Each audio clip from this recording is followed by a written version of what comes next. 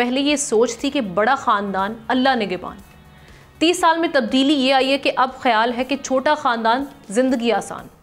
अब पाकिस्तान में population rate में कमी आ रही है, जो एक मस्बत पेशरफ्त समझी जाती है। यूनाइटेड नेशन की वर्ल्ड फर्टिलिटी रिपोर्ट 2024 के मुताबिक 1994 में फ़ी औरत औसतन 6 बच्चे पैदा होते थे, जो अब कम होकर 3.6 पर आ गए। ये कमी इसलिए अहम है कि माहिरीन के मुताबिक आबादी में तवाज़ुन आने से सेहत, तालीम और मईशत के शोबों पर दबाव कम होगा।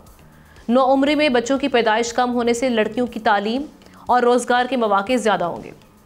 वो मुल्क जो पहले ही माशी, समाजी और माहौलियाती चैलेंजेस से मुकाबला कर रहे हैं, उनके लिए आबादी में इजाफे का मौसर तरीके से इंतज़ाम करना बहुत अहम है। पाकिस्तान ही दुनिया भर में भी अब अवामी सोच में हम देख रहे हैं तब्दीली आ रही है।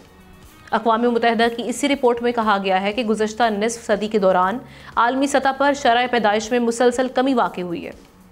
1970 में फ़ी औरत औसत शरह पैदाइश 4.8 थी, जो अब 2024 में 2.2 पर आ चुकी है, जिससे मुस्तक़बिल की मनसूबाबंदी बेहतर हो सकती है।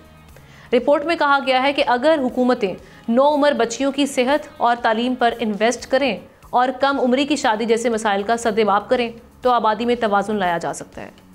लेकिन पाकिस्तान में पायदार तरक्की के लिए इस मौके से फ़ायदा उठाया जाएगा, ये सवाल हम आपके हवाले छोड़े जाते हैं। इस पर ऑप्शन में जाकर अपनी राय का इजहार भी कर सकते हैं।